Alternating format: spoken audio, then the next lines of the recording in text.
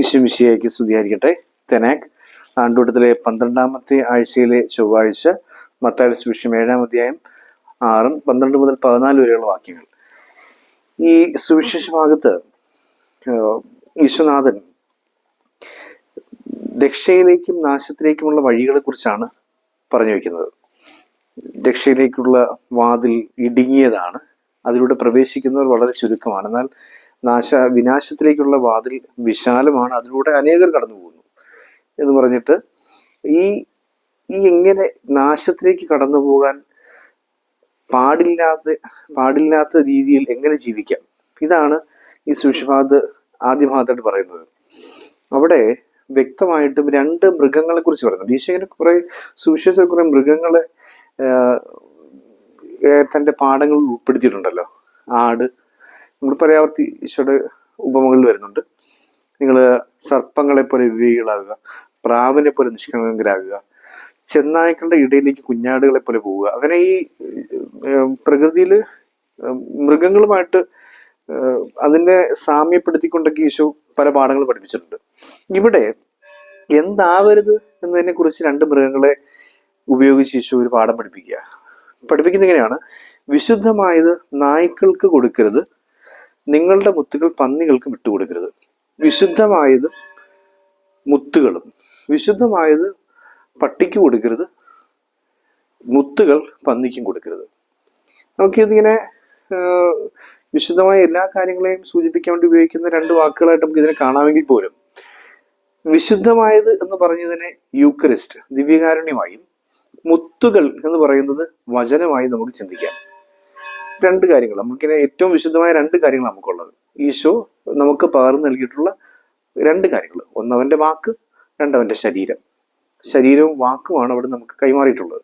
അപ്പോൾ വിശുദ്ധമായത് എന്ന് ഉദ്ദേശിച്ചിരിക്കുന്നത് തൻ്റെ ശരീരത്തെ കുറിച്ച് തന്നെയാണ്, പരിശുദ്ധ പരമ ദിവ്യാനത്തെ കുറിച്ച് തന്നെയാണ്. വിശുദ്ധമായത് പട്ടിക്ക് കൊടുക്കാൻ പാടില്ല. മുത്തുകൾ, മൊഴിമുത്തുകൾ എന്നൊക്കെ പറയുന്നുണ്ട്, മൊഴിമുത്തുകൾ വചനം, അത് പന്നിക്ക് കൊടുക്കാൻ പാടില്ല. ഇത് 2 യൂസ്ലെസ് ആണെന്നുള്ളത് ഒന്നാമത്തെ കാര്യം. അത് ഉപയോഗശൂന്യമാണ്. കാരണം ഈ പട്ടി, നമ്മളിപ്പോഴും വീട്ടിൽ വളർത്തുന്ന പട്ടിയെ കുറിച്ചല്ല ഇത് പറയുന്നത്. യഹൂദരെ സംബന്ധിച്ചിടത്തോളം ഇത് ഈശോ പറയുന്നതിന്റെ പശ്ചാത്തലത്തിൽ പട്ടികൾ എന്ന് പറയുന്നത് ആരും വീട്ടിൽ വളർത്തുന്ന ഒരു രീതി ഇല്ലായിരുന്നു ആ കാലഘട്ടത്തിൽ. ഏറ്റവും അശുദ്ധമായ മൃഗങ്ങളിൽ ഒന്നായി പരിഗണിച്ചിരുന്നു. അതിങ്ങനെ അഴുക്ക് തിന്ന് ജീവിക്കുന്ന മൃഗങ്ങളിൽ ഒന്നായിട്ടാണ് കരുതിയിരുന്നത്. പട്ടിയും പന്നിയും അങ്ങനെ തന്നെയാണ്. അത് ആക്രമിക്കാനും തിരിച്ചു കുരയ്ക്കാനും ആക്രമിക്കാനും സാധ്യതയുള്ളതുമാണ്.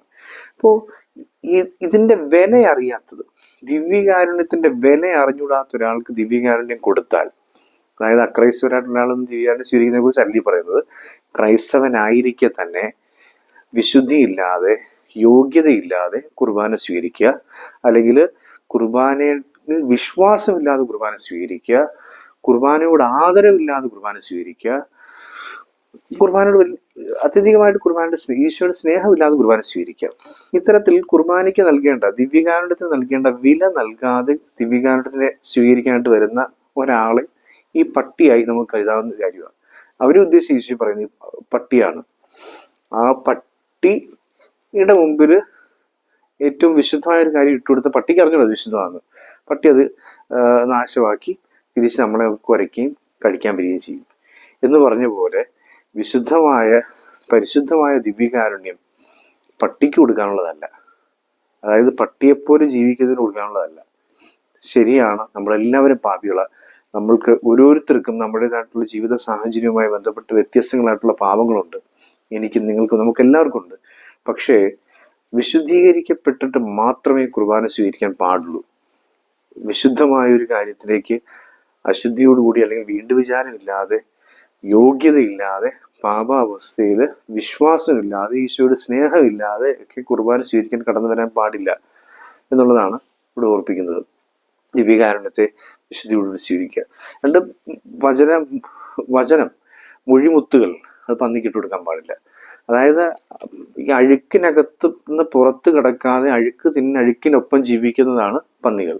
അപ്പൊ അങ്ങനെ ജീവിച്ച് മുന്നോട്ട് പോകുന്ന തീരുമാനിച്ചുറപ്പിച്ച ഒരാള്, ഒരിക്കൽ പോലും ശുദ്ധജലത്തിലേക്ക് കയറി വന്ന് കുളിച്ചെന്ന് വൃത്തിയാകാൻ താല്പര്യമില്ലാത്ത ജീവിക്കുന്ന ഒരാൾ, ഇതാണ് ഈ പന്നികൾ എന്ന് പറയുന്നത്. അവരെ സംബന്ധിച്ചിടത്തോളം അവർക്ക് ഈ വചനം കൊടുത്തിട്ട് കാര്യമൊന്നുമില്ല. അവരത് സ്വീകരിക്കാൻ പോകുന്നില്ല, ചവിട്ടി നശിപ്പിച്ച് കളഞ്ഞിട്ട് നമ്മളതിനെ ആക്രമിക്കാൻ പറ്റും. ഈ രണ്ട് ഗുണത്തെക്കുറിച്ചും കൂടെ പിന്നെ പറയുന്ന വാക്യതാണ്. അവ അത് ചവിട്ടി നശിപ്പിക്കുകയും തിരിഞ്ഞ് നിങ്ങളെ ആക്രമിക്കുകയും ചെയ്യുന്നിരിക്കും. ഇത് രണ്ടും കൊടുത്തു കഴിഞ്ഞാൽ നിങ്ങളെ ആക്രമിക്കത്തേ ഉള്ളൂ. അവർക്ക് ഗുണമുണ്ടാകത്തില്ലെന്ന് മാത്രമല്ല, അവർ നിങ്ങളെ ദ്രോഹിക്കാൻ വരുത്തേ ഉള്ളൂ. ഇതാണ് വ്യക്തമായിട്ടും പറയുന്നത്. അപ്പോൾ പട്ടിയോ പന്നിയോ ആയി ജീവിച്ചിട്ട് ദിവ്യകാരുണ്യവും വചനവും സ്വീകരിക്കാൻ പോകരുത് എന്ന വ്യക്തമായൊരു പാഠമാണ് ഇവിടെ കാണാൻ സാധിക്കുക. നമ്മൾ ഓർക്കണം, പത്താം സുവിശേഷം 7-ാം അധ്യായം 6-ാം വാക്യത്തിൽ പറയുന്ന ഈ വാക്യത്തിന് പാരലായിട്ട് നമുക്ക് ചിന്തിക്കാവുന്ന മനോഹരമായ വാക്യം, നമുക്ക് എല്ലാവർക്കും പരിചയമുള്ള മനോഹരമായ വാക്യമാണ് ജ്ഞാനത്തിന്റെ പുസ്തകം 6-ാം അധ്യായം 10-ാം വാക്യം. വിശുദ്ധമായവ വിശുദ്ധിയോടുകൂടി ചെയ്യുന്നവൻ വിശുദ്ധനാകും, അവ അഭ്യസിക്കുന്നവർ രക്ഷ പ്രാപിക്കും. ഇതാണ് 6-ാം അധ്യായം 10-ാം വാക്യം. ഇതിനോട് ചേർത്ത് ചിന്തിക്കുന്ന വാക്യമാണ്. നമ്മൾ കർത്താവിനോടുള്ള സ്നേഹത്തിലായിരിക്കുക എന്നതിനെ സൂചിപ്പിക്കാൻ വേണ്ടിയാണ് ഈ വാക്യം നമ്മളെ പഠിപ്പിക്കുന്നത്. നമ്മൾ ഒന്നാമത്തെ ഈ 10 കൽപ്പനകൾ 2 കൽപ്പനകളെ സംഗ്രഹിക്കാം, കർത്താവിനുള്ള സ്നേഹം. ഇതാണ് ഇത് ഈ പറഞ്ഞ വാക്യം. ഇനി അടുത്ത ഈ നമ്മുടെ ഈ വായനാ ഭാഗത്ത് അൺയൂഷ്വലായിട്ട് ഈ 6-ാമത്തെ വാക്യം 7-6 കഴിഞ്ഞാൽ പിന്നെ നമുക്ക് വായിക്കാനായിട്ട് ലക്ഷണറിയിൽ തന്നിരിക്കുന്നത് ഇടയ്ക്കുള്ള കുറെ വചനഭാഗങ്ങൾ വിട്ട് കളഞ്ഞിട്ട് 12-ാം വാക്യം 7:12 അവനത് 7:6 കഴിഞ്ഞ് 7:12 നമുക്ക് തന്നിരിക്കുന്നത്. ആ വാക്യം ഇതാണ്: മറ്റുള്ളവർ നിങ്ങൾക്ക് ചെയ്തു തരണമെന്ന് നിങ്ങൾ ആഗ്രഹിക്കുന്നതെല്ലാം നിങ്ങൾ അവർക്ക് ചെയ്യുവൻ. 7:12. അത് ഗോൾഡൻ റൂളാണ്, സുവർണ നിയമം. ഈശോ പറഞ്ഞ നിയമങ്ങളിലെ ഏറ്റവും മൂല്യമേറിയ, ഏറ്റവും വിലപിടിപ്പുള്ള, ഏറ്റവും മനോഹരമായ, സ്വർണം എന്ന് പറയുമ്പോൾ ഈ രണ്ട് കാര്യങ്ങളാണല്ലോ. ഏറ്റവും മനോഹരമാണ്, ഏറ്റവും വിലയുള്ളതാണ്.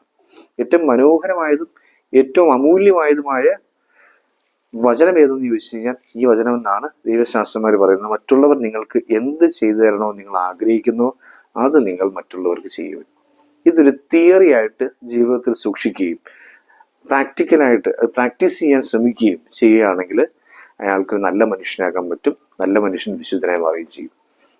മറ്റുള്ളവർ നിന്നോട് എങ്ങനെ പെരുമാറണമെന്ന് നീ ആഗ്രഹിക്കുന്നോ അതുപോലെ നീ മറ്റുള്ളവരോട് പെരുമാറുക.